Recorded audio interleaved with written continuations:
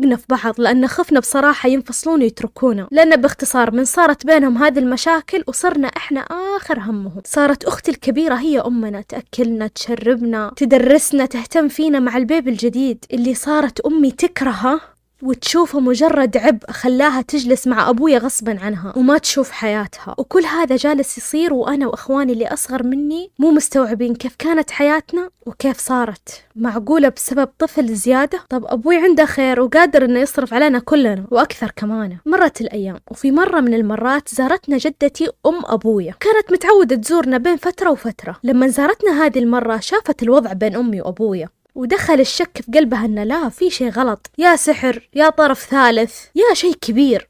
أمي حكت لها عن سب أبويا وقذفه، وجدتي ما تحملت، راحت لأبويا وصارت تصارخ عليه وتقول له هذه مثل بنتي وأمها زي أختي، إحنا مربينكم مع بعض، كفو والله أنها كفو، وزي ما أعرف أخلاقك أعرف أخلاقها. لأن جدتي هذه اللي من أبويا وجدتي من أمي صحبات، كانوا جارات وعائلاتهم يعرفون بعض وعلاقتهم مرة قوية ببعض. المهم أبوي عصب وطلع من البيت وأمي بس تبكي وأنا وإخواني نبكي، لأن باختصار ما احنا مستوعبين إن هذول أهلنا نفسهم اللي قبل، كأنهم أشخاص مختلفين جدا. طبعا جدتي ما سكتت وصارت تدعي وتفكر، وخطر في بالها 100% إنه هذا سحر، ولا كيف ينقلب حال بيت كامل بهذه الطريقة. أخذت جدتي أمي معاها الشيخ، وهنا كانت الصدمة. قال لها الشيخ إنه أنت عندك سحر، مسحورة يعني، والسحر هذا في قطعة قماش. قال لها والسحر بينك وبين زوجك سحر تفرقة. طبعا أمي انهارت، ما قدرت تصدق إنه كيف الكل يحبني، جاراتها صحباتها. وخرجت أمي من مرحلة العصبية إلى مرحلة الشك ومعاها خوف مجان.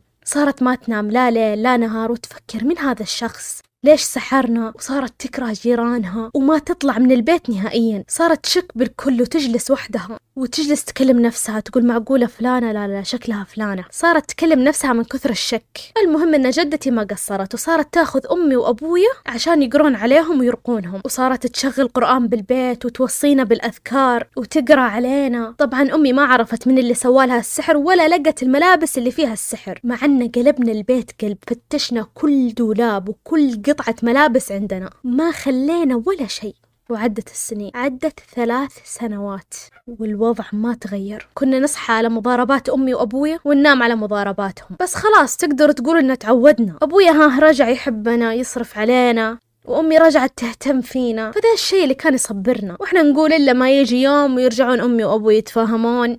يعني كان عندنا أمل، لحد ما يوم من الأيام في العصرية طلع أخوي الصغير يلعب بالحوش. كان في حديقة يعني زارعين كذا أشجار ونباتات، فأخوي الصغير كان يحب يلعب بالتراب ويجلس يحفر ويلعب. وذاك اليوم أنا كنت معاه وجالسة